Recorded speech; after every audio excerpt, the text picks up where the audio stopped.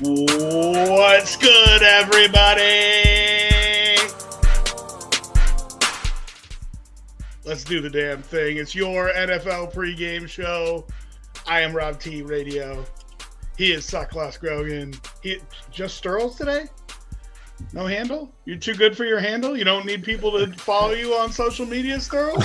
they just know, you know what I'm saying? Oh, hey, all right. Well, welcome in to your NFL pregame show. Scattered around the globe, we've got one world traveler just back from Norway.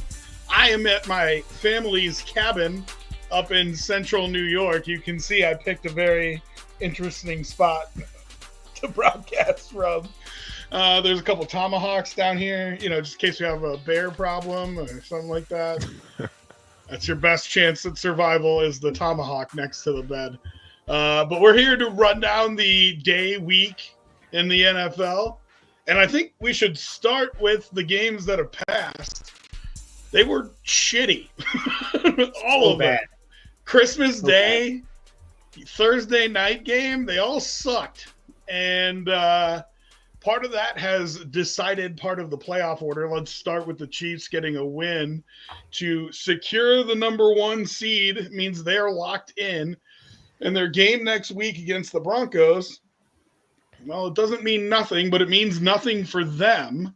What did you guys think of the Chiefs locking up the one seed, David? Can you hear us? I don't know. Sterles, what did you think of the Chiefs locking up the one seed? Well, I don't know, man. The Chiefs they look back. It's looking a lot better for them. And I hate to say that, but it's true.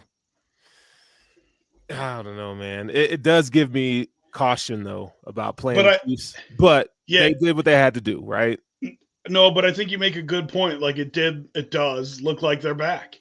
And with everything that they've gone through this season and all the hard times that we gave them for winning ugly, they're not winning ugly anymore.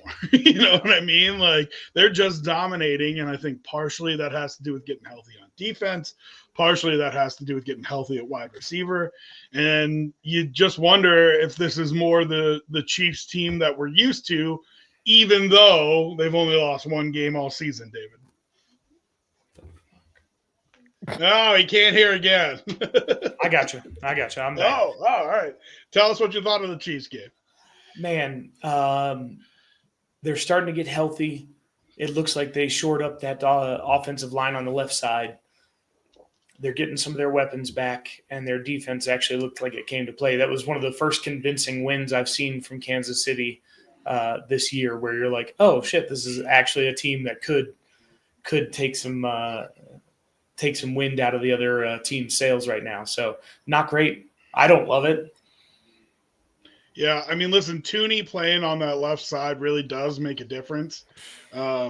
You hope that's not the magical straw that stirs the drink over there, but it might have been the silver bullet to fix their offensive line problems, which is a little bit of a bummer. You were kind of hoping they were lesser than they had been in years past. But once again, with their record looking like the favorite in the AFC. And the Steelers, man, I don't know. I always thought they were a paper tiger, and they're starting to show it as you get through these late season games here. Now, listen, both of those teams, as well as the Ravens and Texans, have a little mini bye here.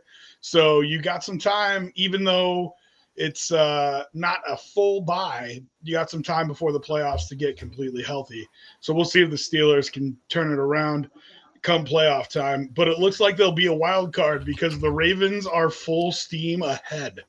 Ravens came in on Saturday, blasted the Steelers, came in on Wednesday and blasted the Texans. I mean, they look every bit of the team that they were at the beginning of the year, that everybody said, this is the most dangerous team in football. Ravens really look impressive, Sturls. Yeah, man. It's like, let me ask you guys a question real quick. If you had to pick the top three teams in the AFC between the Bills, Ravens, Chiefs, who would you put in order? You want me to put them in order? Yeah. Because I do think those are the top three. Yeah. I would go – I'd go Chiefs. I go Chiefs, Bills, Ravens, but I think it's very tight.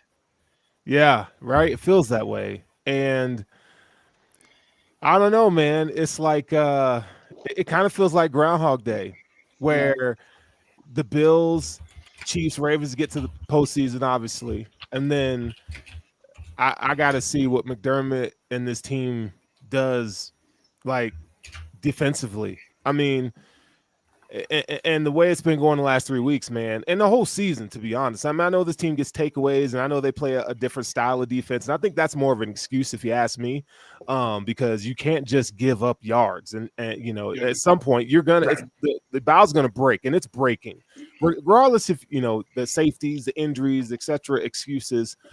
This defense is concerning, and so. Yeah, man. I don't know. I'm just anxious for the playoffs. That's what I'm trying to say. I'm just anxious for the playoffs. So I just want to see how this story unfolds, man. I hope we're not disappointed. You know, the Ravens look like a contender, David. Yeah, I don't want to waste Josh Allen having a really good year and learning to take the check down and being really efficient and effective with the ball by shitting the bed on defense. Yeah, right. And that's what it looked like for a while now. And it's great if we can get up 14 points and then kind of ride the wave. But if we're playing from behind and this defense just can't get stops, you have to hope for takeaways. And if we don't get takeaways, you lose games. So we're right now, I would put Buffalo at number 3 in that group. I would too. I gotta calm you guys down here. Everybody here we go. Breath, all right, everybody take a deep breath. We're not even talking about the Bills. You're supposed to be talking about the Ravens. But it's all related. So first, let's just say the Ravens look great. Let's give them their due. Mm-hmm. That team looks like they've figured out some things defensively that are going to make a difference come playoff time. And we always knew what the threat of Derrick Henry and Lamar Jackson in the same backfield was going to do to defenses. There was no question what was going to transpire when you had the two of them in a backfield together. Okay. So props to the Ravens. Houston looks like they're going to be one and done. They look like they'll probably get smacked out of the playoffs. I think they've just lost too many weapons. Tank Dell injury, the Stephon Diggs injury. Like, I don't think they have enough weapons. And honestly, that Tank Dell injury kind of looked like it fucked up CJ Stroud's head. Like, it really looked like it messed him up. So, man, did you guys see the details on that Tank Dell injury? Oh, yeah. No. I saw it live. But did you see the details? The MCL, he tore everything. And he dislocated his kneecap, tore his MCL, ACL, PCL, and whatever that tendon is that holds your kneecap in place. Yeah. And might have to have the meniscus repaired. So, like, they are completely reconstructing his knee. They said the closest that they had to something like that was Nick Chubb, and Nick Chubb was not as bad as this was. So for a speed guy, you hate to say it because he was so good, but for a speed guy, that could be the end. Yeah. And so CJ Stroud, you're right. He has looked off. To be fair, he's had a bit of a sophomore slump where last year you go, man, this kid might be unstoppable. This guy's real. And then this year he had a couple games where you're like, okay, yeah, there's CJ. And then probably 10 games of this season, you're going, did they figure him out? Yeah. And I think they did a little bit. I mean, that sophomore slumps are going to happen. It happens to quarterbacks all the time. You have to continuously find ways to evolve. All the greats have said that. Year 2, they're going to come back with a plan specifically for you and take away what you're good at, and you're going to have to figure out a way to be to change enough that doesn't affect you. So overall, for that AFC playoff picture, like we were kind of talking about, chill the fuck out, Bills guys. You just take a fucking hit of something. You're in Colorado. Get high. Chill the fuck out because we've got a lot of injuries. Hold on. I can't sit there and let you do that. I can't let you do that. Let me finish. They've been missing 3 of 4 of their secondary members. I don't care. How do you think? It's the same story over and over again. And Dave, if we're watching the game, whether I'm at home or in the bar, okay, who's freaking out the most? Rob. He is so Yeah, Pat and Rob. I was going to say, it is motherfuckers absolutely here, not me. dog. So for you to sit there and say, chill the fuck out, pause. I am the okay? one in the bar that says, chill the fuck out. To be fair, Rob will say, we don't freak out about first drives because Buffalo gives it up. Like okay, so if we don't freak out about first drives, then I guess we're in on the 6th drive in the season, and listen, man, we're worried. We're worried. Finish what I was saying? I don't know. The most concerning thing about the Bills to me is Josh Allen not taking the checkdowns like we talked about when he was so effective. And when he got away from that early in the season, they struggled. He went back to it. They looked great. All of a sudden, he had 2 big games, and he got away from it a little bit again. And I think that's why they struggled versus New England. He's not taking the cheap profits. That's a bigger concern to me than the defense, who I think will figure it out. I'm not really all that concerned about the defense. I think everybody's going to be healthy by the time the playoffs roll around, and I think we've seen this defense with everybody healthy, and it's been very effective. Do you think so? You have no concerns about it? Like you just think the injuries, and then it's going to be okay. I think it's going to be okay. I do. Because, I hope you're right. Because I think that if there's any question, if it's game plan or injury related, Sean McDermott's going to step in, and I think the game plans will be top tier. So no, I'm not concerned about it. I'm not. And I'll tell you this: listen, with the injuries we've had this year, it's actually provided our depth players a lot of experience that they wouldn't have gotten if we were all healthy. And if we had injuries this late in the season, you're putting in people who haven't really played. Right now, you've got Cam Lewis, who's been in 6, 7, 8 games. You've got a bunch of, even Cole Bishop has played in several games. So now, unlike last year, we have depth where if there are injuries, we have people who have played. You're not calling somebody who's about to go on vacation and is basically retired to come in and try and cover Travis Kelce. Listen, if we really break down that Patriots game, they had 2 good drives at the beginning. The 1 touchdown was an incredible throw from Drake May. Yeah. Kaiir Elam is draped all over Booty, and he still fits that ball in. It was an incredible throw. They scored 2 touchdowns at the beginning of the game. The reason everybody was freaking out is because the Bills weren't scoring. And if the Bills had been scoring, you would have chilled out about the Patriots having scored 14 points. The only other touchdown they put on the board was when they had 9 shots from inside the 5. So, let's not totally freak out here. What I mean? It's a lack of pass rush, and your third down defense is bad. Like that's the thing that's going to kill you in the playoffs. And so we can chalk it up to injuries. We can chalk it up to who's in, who's out. Yeah, that plays a part, but you got to be able to get home in the playoffs, man. And I just don't see it. And that's Josh Allen, his Bills are going to have to score 30, 35 points a game for them to reach the Super Bowl. And I don't think that's a sustainable model necessarily. Who's the defense in the AFC that you're afraid of? It's the Chiefs, really, is the best one. But and I understand what you're saying, but like last week, we saw them, kind of struggle against the New England Patriots, who have a bad secondary. So it's like it can happen. It's that's the path that I don't want to necessarily see them go down. I'd rather them have more of a balanced attack than having. But Sturls, this was our consternation at the start of the year, right? Like what we were concerned about is you're entering an era where this is Josh Allen's team, and he can't have a bad day. Yep. Right. And it goes back to what I originally said. Like this is why I'm nervous. I don't want to see it. He's had 2 bad days this year, and those are 2 of your 3 losses. Sure. So you know what I mean? Like you're walking into the playoffs, and yes, I agree with you, Sturls. You're going to have to score 30 points, but that's how this team is built. It's built to say, Josh Allen, this is your team. You got to put up 30. So you know what I thought about this morning? We can go on to the next subject. I was thinking, like, if there's one player that could help make this all okay to take it the next step, it would be Dorian Williams. If he can the credit he deserves for playing at a high level. And for some reason, it's the same thing as the Epinesa thing. For some reason, him getting demoted seems to have lit this fire under him that he has been incredible since Matt Milano came back. And maybe some of the pressure being off helps that. Yeah, if he can take that next step, I feel okay about the defense because he makes enough splash plays, not like turnover worthy plays necessarily, but gets a hand on the ball, or it's his the way he approaches the run game, in the backfield. Like, if he can just do a little bit more of that, I'd be okay, because then I think that percentage wise, that's going to translate to a better third down percentage for the defense, and I think that's the biggest place where they hurt. So I don't know, man. We'll see. I mean, we're getting closer and closer as we go. All right, so it's been very Bills centric, but let's zoom out a little bit and look at the AFC playoff picture as a whole, because you had 4 of the Titans of the AFC already play, and so we're locked into a whole bunch of spots. Yeah.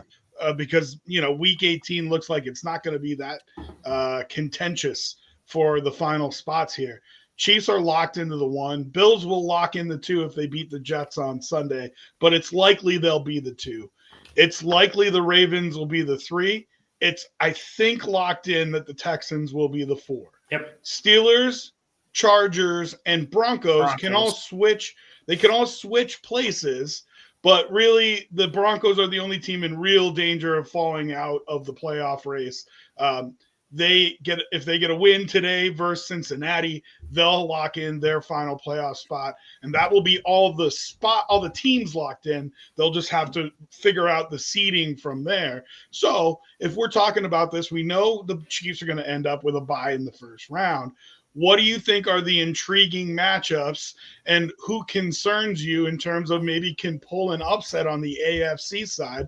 It's likely we'll have Bills, Broncos, Ravens, Chargers, and Texans, Steelers is likely. Anybody that you like there on the bottom half of the bracket? I have to go with the Chargers. I just think they play a style of football that's complementary. I think that is a definite benefit in the playoffs. They can run the ball. They got a quarterback who can make plays with his arms and his legs. And they got a defense that can, attack the passer. They could pass rush. They got guys over there. So I think the Chargers, but again, I think their ceiling is a lot lower just because they don't do anything that's extraordinary. Like you can, I don't know, man, that kind of football can get an upset in the playoffs. You know what I'm saying? Yeah. David, you agree? Anybody else you like? Yeah. I mean, I don't love the Broncos against the Bills. I just don't think they're quite there yet. But I would say Pittsburgh, as a low-seeded team, has the defense. If TJ Watt goes off for a game, all of a sudden you've got, the potential, as long as Russ doesn't fuck it up. I think you're in pretty good shape against a kind of beat up, not great Houston team. Ravens and Bills will avoid the Chiefs until what would be the AFC Championship game. So any of the other 4 AFC playoff teams, you feel like any of them can knock off the Chiefs in the second round, or do you think they're destined to make another championship game appearance? Yeah, it's AFC Championship for them. I mean, they're going to be on a bye, obviously, and then they're going to play one of these chumps, and then they're going to be sitting right in the AFC Championship again. Now, that's where the rubber meets the road. 3 consecutive Super Bowls. That's crazy. That's to win. It'll be interesting. I think there's plenty of competition for them when it comes to the AFC Championship game. The question was just, everybody thought maybe this would be the year they'd get knocked out early, and I just don't see a team that can do it. I mean, the Steelers, I feel like if they play their best game, might be able to beat them. But, I mean, the 2 teams that you thought maybe had a chance to beat them, they played these last 2 weeks and handled. So, interesting there. All right. And then real quick, let's touch on the Thursday night game. I did not watch it. I watched the score updates. I watched it. Was very happy that I wasn't watching it. But an important win for Seattle to stay alive in the race for the NFC West. Any thoughts on that game, fellas? Caleb Williams, man. He's got to go back to the fundamentals. And that was one of the knocks on him coming out, pre-draft is, he big play hunts a lot. He there's a lot left on the bone. Like it kind of needs to learn what Josh Allen had to learn, like play within the structure of the offense. He's throwing the ball downfield all the time, and he doesn't need to, man. And it's tough to watch somebody that talented just succumb to chucking it down the field. He's got to learn how to play quarterback because you see the potential there. Their defense is, I think, pretty good. If you like defensive games, that was a game to watch. I mean, at Soldier Field, it's cold, it's rainy. Like, it was beautiful, but the game was sloppy. Geno Smith, I'm tired of seeing Geno Smith as a quarterback for the Seahawks. I need something different. And I'm tired of people talking about like, oh, Geno Smith's actually pretty good. You just have a bias. No, I don't. Geno Smith is not a good quarterback. Yeah, it's time to it drives move me on. crazy. I mean, if you expected that game to be a high scoring kind of like a really, fireworks kind of game, you're insane. Neither of those teams really runs up the score very often. Mhm. And two decent defenses, two okay offenses. I did not watch. I watched the highlights and followed the score, but that game, no thanks. Well, it'll be interesting because it puts pressure on the Rams. It depends how the tiebreakers shake out, but they could technically clinch with a win tonight. I'm sorry. It'll be interesting to see how that shakes out. I think the NFL very much wants that Week 18 game to be winning in between the Seahawks and Rams. And to be able to flex that into the Sunday night game because it's likely the loser will not get a wild card spot. So Right. it's life or death for you in that Week 18 spot. If not, they'll have to flex the Minnesota Detroit Lions game because it's the only other one that really has something at stake. But it'll be, no doubt, a fun game to watch. But both teams will be in the playoffs. So it'll be interesting to see what happens for Week 18. All right, we're about an hour and a half away from kickoff of the first game today, which is Chargers-Patriots. So let's start running them all down. Let's do it. Right now, I've got the Patriots +6 at home versus the Chargers. I'll point it out, West going east for an early game. It was an advantage you thought they were going to lose when they flexed this game to a Saturday, and instead they put it in the 1 o'clock slot, so it'll still feel early for the Chargers. I got this early in the week at +4.5, and I liked it at 4.5. I love it with New England +6. Listen, the Chargers are going to try to run the ball. The Patriots, they might have a quarterback in Drake May. Can he put up enough points to cover the spread, I think is the question. Strohs, what do you got for this game? Man, you talk about two fun quarterbacks to watch. I mean, that's a treat. Even though, the Patriots aren't a good football team, they got a quarterback that looks the part. But let's go with the community. So on the spread, it's -6 with the Chargers, but 77% of bettors have put their money on the spread with the Chargers at -6. I think that has a cover probability of about 49%. Money line, 77% again on the Chargers, and then the over 74% on that. So I'll go with the Chargers. I'll take that -6 with the Chargers. I think they're gonna win by at least 10 today. David, what do you got for us? At about 5 o'clock this morning, it was a 5-point spread. And we got some injuries. The Chargers running back Gus Edwards, Denzel Perriman, the linebacker, and Pitkins, the tackle, are out. Hayden Hurst and Will Dissly, so their top two tight ends, are questionable for New England. Not a lot other than Marcus Jones, the cornerback, and they've got 9 people questionable. It is East going West. At 5 points, which is where I locked it in, I went with the Chargers. At 6, I probably would have swapped to the Patriots, but at the 5, I'll take the Chargers. And it's interesting because if 77% of the public is on the Chargers, it's amazing that it hasn't bumped to a full touchdown in that case for me. But Right. I liked the Patriots with 4.5. I think they'll be game. I don't think it was a fluke what they did versus the Bills.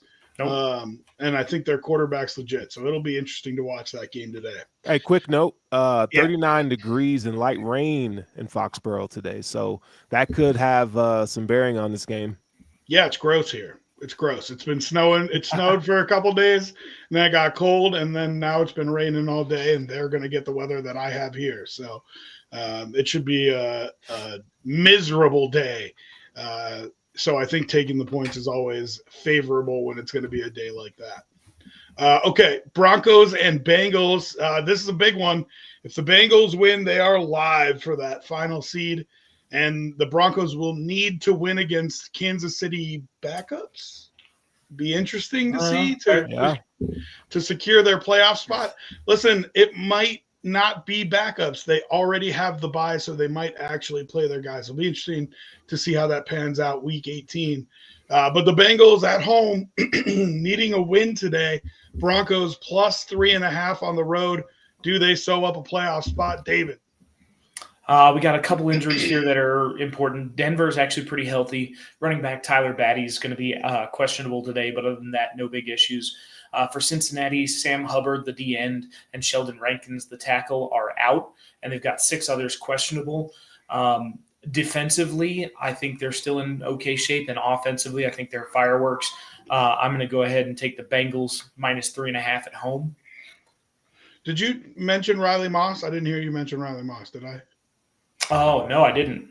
Let's take a look on Riley Moss. He is a important factor on their defense. He's the guy across from Pat Surtain. If the guy across from Pat Surtain can't cover, you run into a whole lot of problems. He's the one that allows VJ to call that defense in an effective way, I think. So it'll be interesting to see if he plays. Sterls, what do you got for this one? All right, so both these teams have a winning record against the spread. The Broncos at 11-4, Bengals 9-6. The community says that you would put your money, if you're doing the spread, that you put it on the Broncos plus 3.5. They have a cover probability of 53.8%. And 53% of the bets have also gone with the Broncos, which is surprising to me in this one.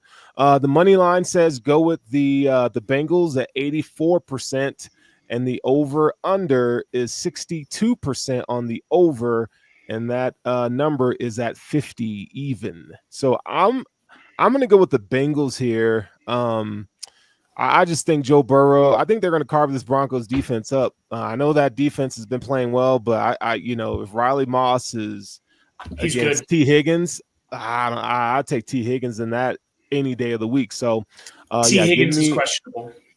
Always. Both are, man, him and Chase are always dealing with something. But Riley Moss is full practice. Okay. That's good. No designation on the injury report. And Rob, you can speak to this too. This is we all know it's a got to have a game for the Broncos. Man, I have so many reservations, like trusting the Broncos in these kind of situations, you know? And listen, so does Broncos country. I mean, I filled in a couple times before I went on vacation, and even Broncos country themselves feels like they don't fully believe. Yeah. And I was the one kind of sitting in there like, guess what? I believe in the Broncos. And I do. I believe in the Broncos. I'll take the Broncos plus the 3 points. And I don't know if that's me or not, if that sound is me. But I'll take the Broncos plus the 3 points. And especially if Riley Moss is going to play. Listen, I think it's a little bit undersold how bad the Bengals defense is. And on a day with shitty weather, which it's supposed to be shitty weather in Cincinnati, I think that's going to hurt the Bengals more than it hurts the Broncos. And you're going to end up with a messy, sloppy game where Bo Nix can do just enough against that defense to win the game. So I'm going to take the Broncos plus the 3. David, did you give us a pick? Yeah, I went with the Bengals. Yeah. And interesting, a comment from Mental Health Guy here. Chiefs are in an interesting position. The starters can have literally 3 weeks off before they play again. Could be good or bad. Yeah, listen, I absolutely agree. I think the starters might play at least a half against the Broncos just because they do have the bye. You don't want them to go 3 weeks without playing football. So, yeah, to your point, Mental Health Guy, the Broncos might get the starters for a little bit, which makes winning today even more important. Okay, anything else on that game? Nah, we're good. Good. All right, let's move on to the night game, which is the Arizona Cardinals and I almost said St. Louis Rams. The Los Angeles Rams spread currently 6.5. Cardinals with nothing to play for. Their loss last week knocked them out. And they took, I mean, if you lose to the Panthers, you deserve it, in my opinion. But I hopped on this when it was Rams -6. Now it's 6.5. Rams have been looking good, better and better each week, I think. They did struggle a little bit against the Jets, but ended up figuring it out, putting a couple touchdowns on the board and winning the game. So I'll take the Rams. I got it -6, but I would even take it -6.5. David, what do you got for this one? Arizona, again, not much to play for. Matt Prater, their kicker, out. And Blunt, their safety, is out. They got 4 questionable. This is the healthiest I've seen the Rams. Haverstein, their tackle, is the only person who is listed as questionable. Nobody listed as out. So this team is getting healthy at the right time. This used to be a 7, 8, 9 person out report every week. Now they're healthy. I think they're putting it together. This is an easy one for me. I'm going the Rams -6.5. Sterls? This is another game where both these teams have winning records against the spread. Cardinals 9-6, Rams 8-7. The community says that 64% of bettors have put their money on the spread with the LA Rams here. That has a cover probability of 46%. The money line, 94% with the Rams. The total on the over and under, that number is 47.5. At 65 on the over. I'm going to go with the Rams. I was really high on the Cardinals this season, like really wanting them to do well, and they just let you down, man. And after last week, I can't risk it. I got to go with the Rams here. I think the Rams have been playing as one of the best teams in the league the past month. So let's go with the Rams here. Clean sweep for the Rams, which means absolutely fade us. Lock it in. Cardinals. Cardinals win by $1 billion. All right, let's fly through the Sunday games here. Jets at Bills. The weather was cold in Buffalo, but it wasn't terrible. Jets getting 10 points headed to Buffalo. Bills win this. They lock in the 2 seed and can kind of take the week off against the Patriots. It'll be interesting to see how Sean McDermott plays that. He's not normally a big fan of that in preseason or at the end of the year. So I imagine the starters will still play a half at least. But if they win tomorrow, they will lock up that 2 seed.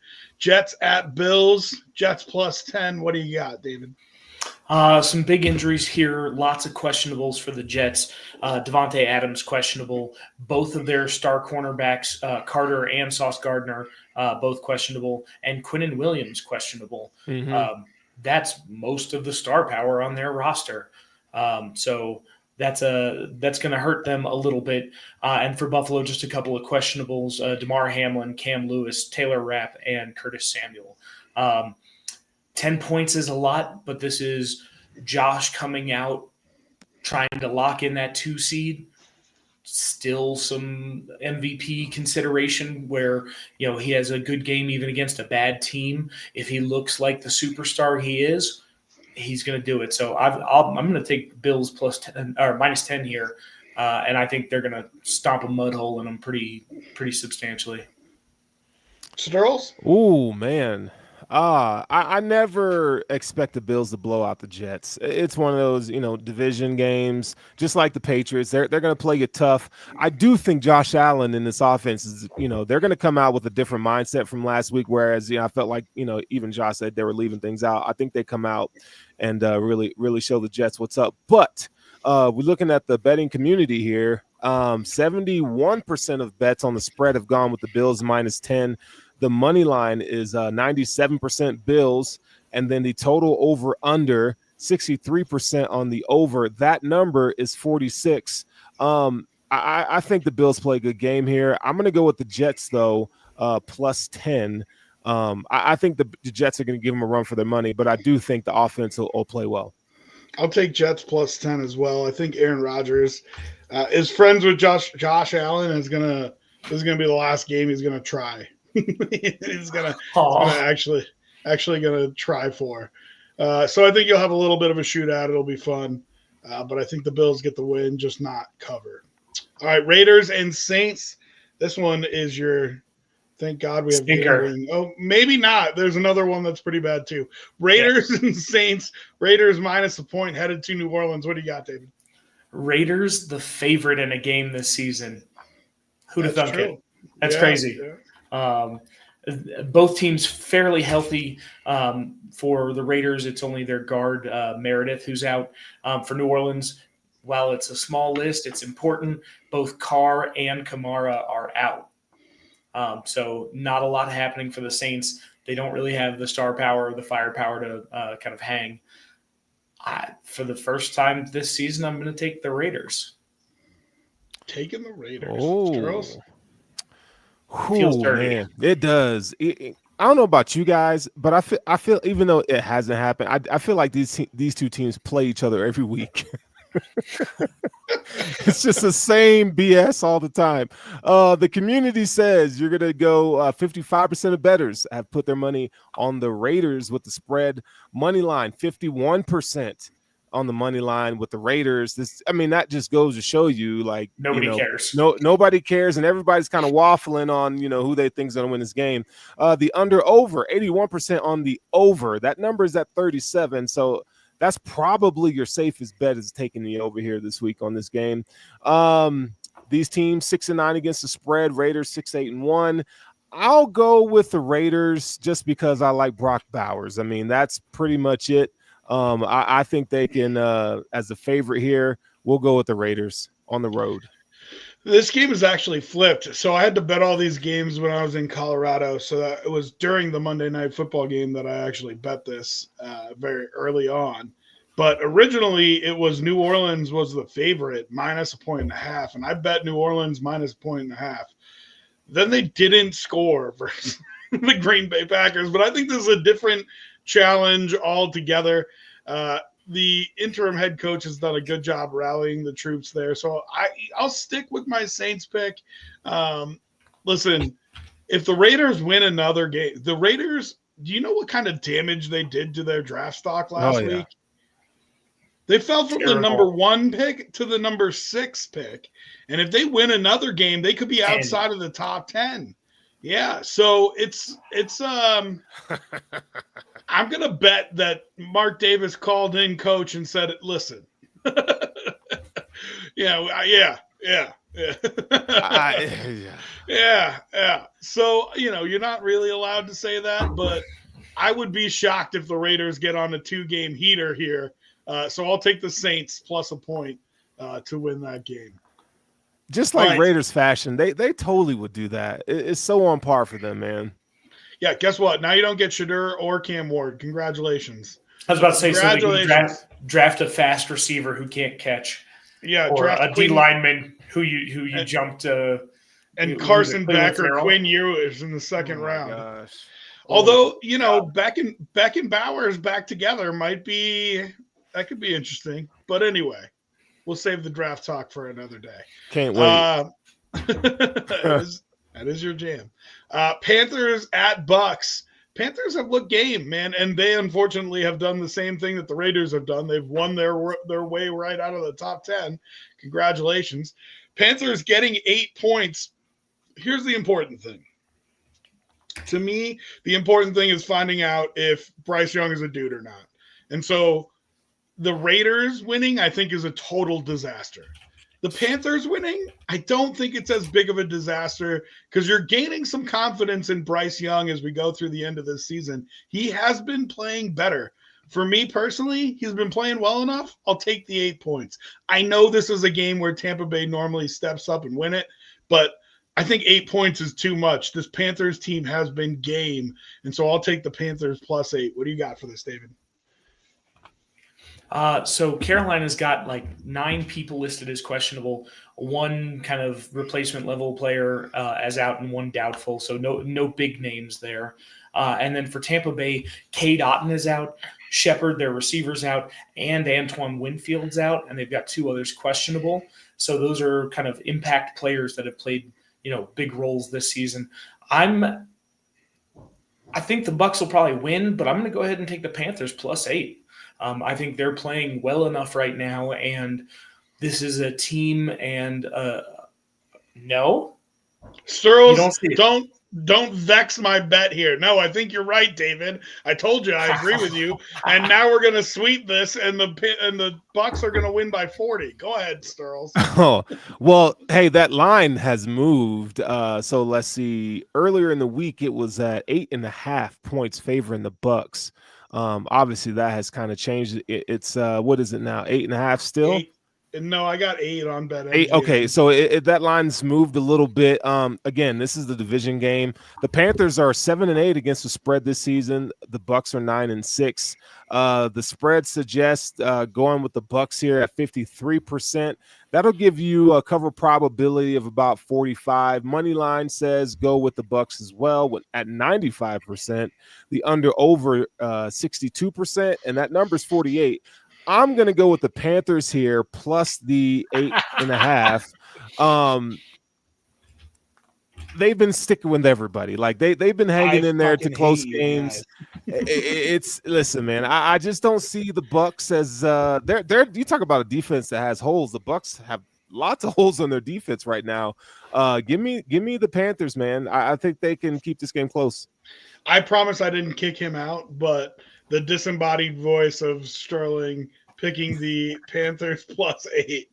I promise I didn't kick him out for giving us the clean sweep on that game. Okay, next we got the Titans and the Jaguars. This might be your think of gambling game. Yeah, Titans getting a point. God, I just don't have much to say about Mason Rudolph versus Mac Jones. You got anything for this, David? Tennessee's kicker Nick Folk is out. Their Dylan Reddins, their offensive lineman, is out. They've got a couple people questionable. Walker Little for Jacksonville, their offensive tackle, is out. Darnell Savage and Miller, their linebacker, are out. This is a game I don't care about at all. I'm going to go ahead and take Jags -1 because I had to make a pick. Okay. Sterls, are you still with us? Did we lose you? I think we lost him. All right. I will take the Titans plus a point. They showed a pretty solid rally last week against the Colts. Sure. Give me the Titans. Give me a point. Who cares? Whoever their backup kicker is kicks the game-winning field goal. Thanks for this is my $50 bet of the week. And Sterls, we don't care. Oh, he is. I was going to say Sterls, we don't care who he picks. Because it's Titans Jaguars. Sterls, you want to give us a little technical difficulties here, man? We noticed. Oh, get in there. Yeah, baby. Get right in there. Sexual chocolate, ladies and gentlemen. Hey, yeah, that's what I'm talking about. See, Dave, you know what's up. Oh my God, pick the Titans or the Jaguars so we can stop talking about this game. All right, so let's see what the community has to say. No, I don't even care what the community has to say. You don't care. That's not so for this. rude. Not for this. All right, okay. All right, for shits and giggles today, we see the Jacksonville Jaguars are the favorite -1. I'm going to go with the Titans though. 1 point spread. I mean, come on, like why wouldn't you do that? Yeah, let's go. 2-13 is what the Titans record is against the spread this season, so it's probably not a good idea. But let's, for Christmas' sake, let's go. All right, Indianapolis and the New York Giants is the next game on the docket. Giants now firmly in hold of that number 1 overall pick with only 2 wins. They've got to make sure that they don't mess it up. It's an interesting scenario that can play out next week. If the Giants lose again this week and the Eagles have that 2 seed locked up, which they likely will, it makes it so the Eagles might try to tank a game against the Giants just to get them a 3rd win so they can't take a quarterback 1-0. I mean, it would be absolute poetry if it worked out like that. It would be incredible. But first, we got to get through this Colts game. So Colts at the New York Giants. It's going to be a wet, shitty day at the Meadowlands. Giants getting 7.5. Who do you got, David? So this is an interesting one. The Indianapolis Colts have nobody listed as out. They got 6 people questionable. The important one here is quarterback Anthony Richardson is questionable to play. I think it was a neck and a shoulder or neck and a hand. That doesn't sound great. This Giants team is dog shit, and I don't think they want to win. I wouldn't want to win, so I'm going to go ahead and take the Colts minus 7.5. But if Anthony Richardson doesn't play, is Flacco going to come in and fuck up? Yeah. No. Are we 100% sure they're not better with Joe Flacco in there? Like, I know the returns have been poor, but are we 100% sure they're not better with Joe Flacco? Two games a year, yes, they're going to be better, and it's going to be weird, and Flacco's going to look like playoff Joey Ice from a couple of years ago, or a decade ago at this point. Joey Ice. Hey. I don't Ice think Ice in his veins. No. Matty Ice. The way he rolled through when he rolled through that playoff season. They got lucky. They shouldn't have even beat the Bronco. Anyway, just wrap it up here. He's rude. He's so rude, Dave. I'm going to go Colts. Right. 7.5. I don't think the Giants give a shit. This looks like a team that, the fact that they have to go outside today is probably going to be sad for them. If they could start Brian Dable at quarterback, they would. Right. You're like, we tried, kind of. Hey, man. Yeah. Sterls, what you got? Oh, man, I'm going to go with the Colts here. I mean, I don't think, if we need to crunch the numbers, the Colts 7.5. I mean, I don't care who's playing quarterback. They're going to beat the Giants. They've done nothing this season. If you want some numbers to make your bets at home sound and make sense, let's go with the community here. The Colts at 78% on the spread. Money line, 94% on the Colts, and then the over 74%. So I'll take the Colts here, minus that 7.5. Yeah, I was Tyler Hagan in the house watching us. Welcome, Tyler. Okay, I was gonna ask if one of you knew who this guy was and why he was calling you Grandpa. Go ahead. Yeah. Oh, okay. And unfortunately, he's my resident Kansas City fan friend. Oh, so we don't want to talk to him. Got it. 10-4. Picking up what you're putting down. All right. Well, what's up, Grandpa? Cowboys and Eagles. Like I said, the Eagles. Did you pick the Colts? Yeah, I'll take the Colts minus the points. Giants can't score to save their life. Cowboys and Eagles. Cowboys getting 7.5. Listen, for all the things that you can say about the Dallas Cowboys, and there are a lot of things that you can say about the Dallas Cowboys. Hey, man, they got eliminated before they played last week, and they still showed the fuck up. Like, they were there to ball. Yeah. So give them a little bit of credit for as many injuries as they've had this year. That was not a team that had quit or given up. There were jokes about McCarthy definitely needing to lose his job, and Jerry Jones kind of quelled those earlier in the season. Everybody made fun of him for it, but guess what? He still has that team playing a little bit. Cooper Rush isn't complete dog shit. They actually have been game in a lot of these late season matchups. Eagles, I don't know. Do you guys know, are they officially locked into the 2? I think they still have. I think they still have a small probability chance to get the 1. Minnesota, so they're going to catch them. Okay, so they're going to come out and go gangbusters against the Cowboys. I think this is probably the last game this year that they go all out for. But Eagles, what am I being careful about? No Jalen Hurts today. Yeah, tomorrow. And Kenny Pickett also had an injury too. Like I said, the Dallas Cowboys are game. I told you I bet these all earlier in the week. Guess who picked the Cowboys plus 9.5? Yeah, that's not terrible. That's not terrible. I'd buy that. So Cowboys now down to plus 7.5. Likely the movement comes from Jalen Hurts being out. Who do you guys like in this one tomorrow? No CeeDee Lamb for Dallas, and they've got 2 cornerbacks that are banged up and 7 others questionable. For Philly, obviously no Jalen Hurts is crazy. Nakobe Dean is doubtful. Their linebacker. It's going to be tough, battle of attrition at this point. But I think the Eagles need that 2 seed. They want that 2 seed, and I think they're going to go get it. I'll take the 7.5. But at 9.5 or 10, Yeah, I could see picking Dallas, but I went with Philadelphia. Sterls? All right, so Cowboys are 6-9 against the spread this season, while the Eagles are at 9-6. 58% of bettors have put their money on the Eagles in the spread. The money line, 94% going to the Eagles, and then the total over under, 84% is on the over, and that number's 38. So I think these teams can get to 40 for sure. I'm going to go with the Cowboys, though, like Rob, minus plus 7.5. I'll take that. The Cowboys have been playing better despite all the injuries. And if Hurts isn't playing, we saw what that offense looked like last week when Hurts wasn't in the lineup. So I'll go with the Cowboys here.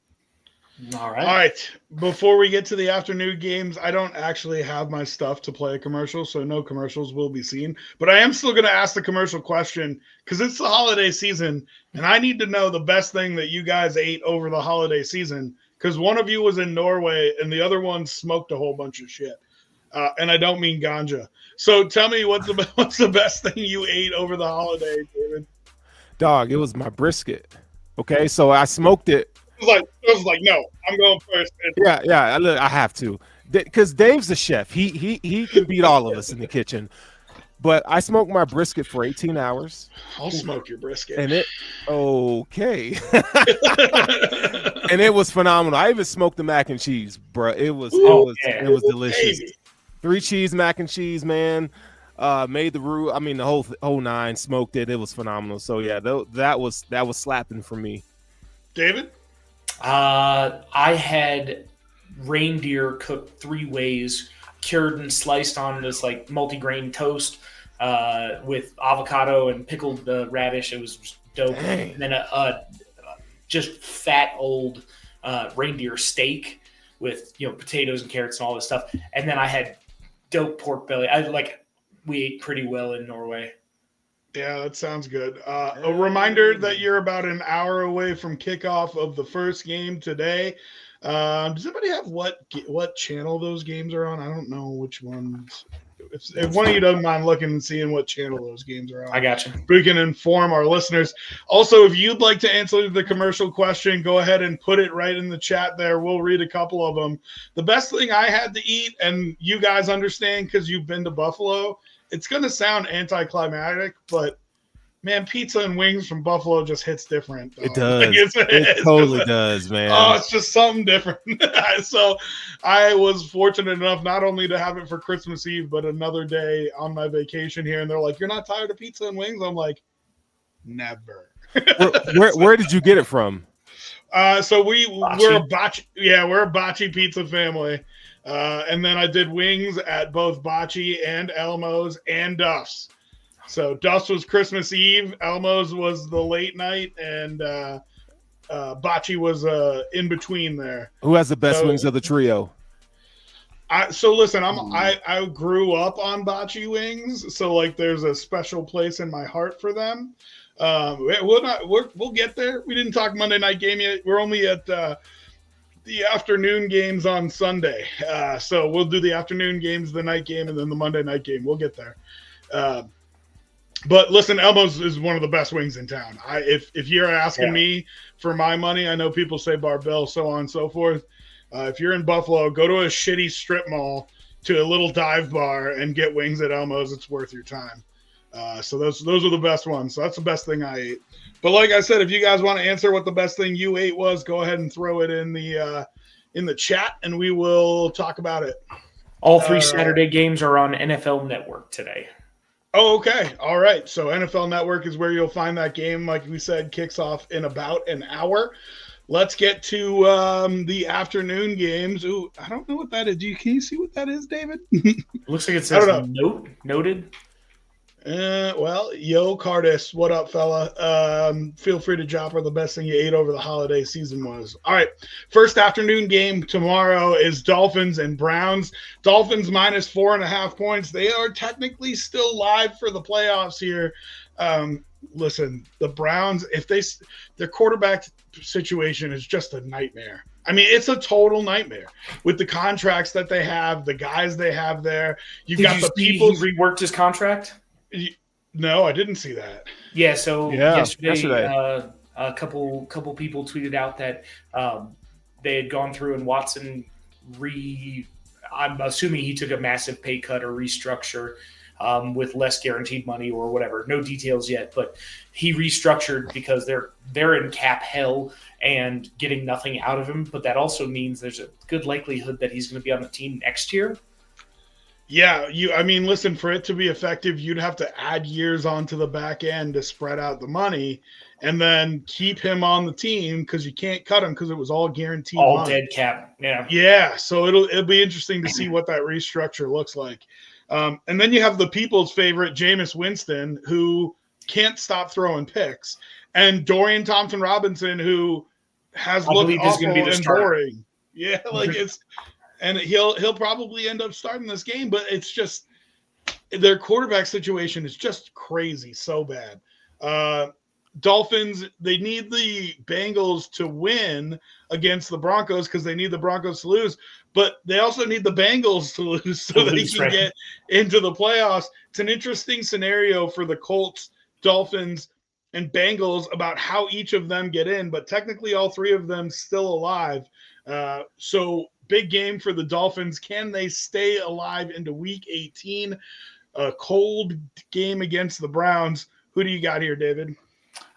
This is a weird injury game, and we're going to need to see what the active inactives are closer to game time. But Miami's going to be without Kendall Fuller and Anthony Walker, their linebacker, Teron Armstead, Jalen Waddle, Tyreek Hill, and Tua all listed as questionable.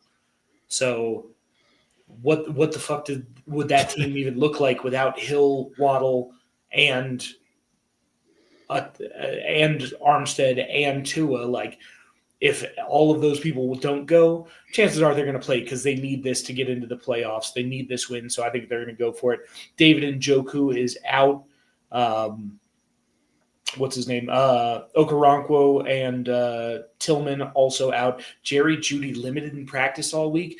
No official designation yet. So again, right before that game kicks, you may want to take a look at who's in, who's out. And just because they're in doesn't mean they're healthy. I'm going to go ahead and take Miami because they absolutely fucking need this win.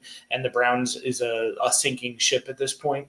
So give me the Dolphins -6.5. Well, it's -4.5 now. I have the Dolphins -6.5 as well. I bet it earlier in the week. Sturls, what do you got for this one? Dolphins 6-9 against the spread. The Browns 4-11. Dolphins 74% of bettors place their money on the spread. Money line is 94% on the Dolphins, and then the under/over 85% on the over. That number's 35.5. That's a pretty low number. That's super low. Yeah, so maybe they know something that we don't in terms of who's going to play. Well, and weather could be a factor too in Cleveland. Yeah, moderate rain, 54 degrees. So that's not too bad. But I'll go with the Dolphins here with the -4.5. Yeah, it's a gotta have a game for them, but we've seen the Dolphins in these situations how that turns out. But the Browns are just they're just bad. They're bad. No, this is the we're gonna trade Myles Garrett game. So we're gonna restructure Watson. We're gonna get some assets to go after the number 1 pick or something like that. That's what I think is gonna happen. But give me the Dolphins. You guys are gonna kill me, but I'm good without Myles Garrett. All right, next game, maybe the best game of the day. Packers. Who'd you pick, Rob? Vikings. I picked the Dolphins. And okay. I got them at -6.5 because I had to bet them earlier in the week, but it's all the way down to -4.5 now. So if you like the Dolphins, go ahead and get on that 4.5. Maybe the game of the day, game of the weekend, Packers and Vikings. There is still a little bit at stake here, but we're pretty much locked in. The Vikings need this game to try to get the 1 seed. Packers likely locked into that 6 seed. There's a small chance that if they win this game and then the Vikings lose to the Lions, I believe they might be able to hop up to the 5 seed, but I'm not sure the exact math on that. Packers plus 1.5 in Minnesota. Who you got, David? Green Bay's going to be without Jair Alexander and their tackle Dillard. Quay Walker's out. Williams, their safety's out. They got 3 others questionable. Minnesota's really healthy right now, and it's in Minnesota. I'm going to go ahead and take the Vikings. This is a really close spread, and those are some big injuries for Green Bay. So go ahead and give me locked in for Minnesota to take this one, -1.5. Sterls, who you got? Packers 8-6 against the spread, with the Vikings 10-1. The spread, 61% of bettors put their money on the spread with the Packers. 67% of bettors on the Vikings on the money line. The over-under, smashing the over again, 74%. That number's 48.5. I'm going to go with the Packers in this one. I'll take the Packers plus the 1.5. Oh, I got the Vikings -1.5 too. It's interesting. Yo Cardis wants the Green Bay Packers to win. I think there's too much at stake for Minnesota for them to not. I mean, listen, having to go on the road, winning would it be 13 games and having to go on the road for your first playoff game is brutal. absolute madness. Yeah, that's tough.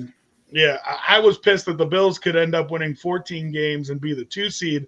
Imagine being the 5 seed and winning 14 games. So I think there's too much at stake for the Vikings. I don't think they let this one slip. I'll take the Vikings in that one. All right, your Sunday night football game is Falcons Commanders. These are 2 teams that are still well, I guess the Commanders they're locked in. I don't think they can get knocked out of the playoffs. There might be some way mathematically. No, are they locked in for sure, David? I'm pretty sure. I'll double check that now. But when I looked earlier this week, I thought they were locked in. Okay, and Falcons in the battle for that NFC South title. It's going to be interesting right down to the wire. So Falcons and Commanders. Falcons getting 3.5 points while in DC. Sterls, why don't you kick us off for this one with the info you got? Yeah, sure. The Falcons are 6-8-1 against the spread. The Commanders 9-5-1. Let's see. With the spread, I say the 72% of bettors have gone with the Commanders here. The money line 90% with the Commanders, over under 69%. That number is at 46.5. I'm going to go with the Commanders. I think they've kind of gotten over the hump the past few weeks. From a mental standpoint, you kind of see a hungry football team. So I'll take that -3.5 with the Commanders this week. David, what do you got? And I was wrong. Commanders can miss out on the playoffs, but with a win one more win or the Buccaneers losing today, tomorrow, they are guaranteed a playoff spot. Okay. All right. So that NFC South loser is still live for that final playoff spot. So the Falcons playing not only for their NFC South lives, but also for their wild card lives, trying to help out the Bucs by handing the Commanders a loss. That's super interesting. Yeah. Unfortunately, I do know, because every game is a division game, that they are going to be playing the Cowboys the last week of the season. So might be a win that you can lock in there. But like we said, Cowboys have been playing better. So maybe the Commanders do drop their final 2. They need just one more win to lock in their playoff spot. David, who did you have in this one? Did you tell us? Commanders -4. Commanders -4. I had Commanders -4 as well. I got a little bit early. So we'll see what happens on Sunday Night Football. And then the last game of the week, Lions and 49ers. And we thought this was going to be a big one when it came out early in this. This is a Monday night finale, and we were kind of like, oh, man, rematch of the NFC Championship game. Listen, if anybody thought any of these teams weren't going to be there, it was the Lions that we thought weren't going to be having anything to play for in this game. Turns out it's the Niners who have nothing to play for in this game. Man, Brock Purdy has looked shaky without his all-star cast around him. Do you still think Brock gets his $50 million a year contract? It's going to be interesting. They don't technically have to give it to him this offseason. I think there's going to be some quarterback movement. I think he gets his money, but not from the 49ers. It'll be interesting to see what they do. Jets' new quarterback, Brock Purdy. Please. I beg of you, please. And pay him. Pay that man his money. All right, Lions, Niners. What do you got for us, David? Right now, they're running back for Detroit, Montgomery, obviously busted up his leg pretty bad. Going to be out, but nobody else currently listed as out. With the holiday on Wednesday, a lot of teams didn't practice, especially one that's playing Monday night. San Francisco has nobody ruled out, and it's hard to tell anything from their current injury report. So it looks like a fairly even, fairly healthy matchup as far as these two teams can go, because they have so many people on IR. It's going to be a little rough. Give me the Lions minus 3.5. That's a fairly close game, and Brock has looked so terrible recently. I just can't trust the Niners. Strohs? All right, Lions 10-4-1 against the spread. The 49ers are 5-10. 88% of bettors have gone with the Lions here, with the spread at minus 3.5. The money line, 91% on the Lions, and then the over-under. The over is at 58%. That number's at 50. I definitely would not touch the over this week. I'm going to go with the Lions, though, minus the 3.5. I think this is a game. I think they'll win it pretty comfortably, to be honest. Just not seeing the vision with the 49ers right now. I mean, that Super Bowl hangover has really done a number to these guys. So give me the Lions in this one. Yeah, it's interesting. They are very Bills of the 90s like. They've made the Super Bowl a whole bunch of times, 3, I think, total, and have not been able to pull it out. So interesting for them. You wonder if they're going to crack this thing open and break it apart or leave it all together. Any thoughts on the NFL as a whole, fellas, before we wrap this thing up? Man, it's going to be a great day. We got 3 great games. I can't wait to see the Broncos and the Broncos play. That's going to be a fun game with the Bengals, man. It's going to be good. Yeah, some real opportunity for fun games, and a couple games where you're like, I'd rather watch, field hockey. Dang. Badminton, huh? Oh, yeah. Badminton gets real, though. Why are you taking shots at field hockey? I just had a long conversation with my cousin who's a field hockey star. How dare you? That's what I'm saying. I'd rather watch field hockey than those games. More intrigue for me. Field hockey catching strays on the podcast. How dare you? All right, fellas. Well, I thank you for letting me join you from the great state of New York. I hope you have a wonderful Saturday and Sunday filled with NFL football. As always, you can get at us on social media if you'd like to do that. You see our handles right there. Get at us and talk to us about these games, man. We're always on there going back and forth. So feel free to give us a like, follow, subscribe on all the things, and we will talk to you about NFL football. We'll be back next week. We'll be back to Sunday next week, as well as all the games will be on Sunday for the final week of the season. And we'll have some playoffs to hash out. So make sure you join us next Sunday on your NFL pregame show. Peace, y'all.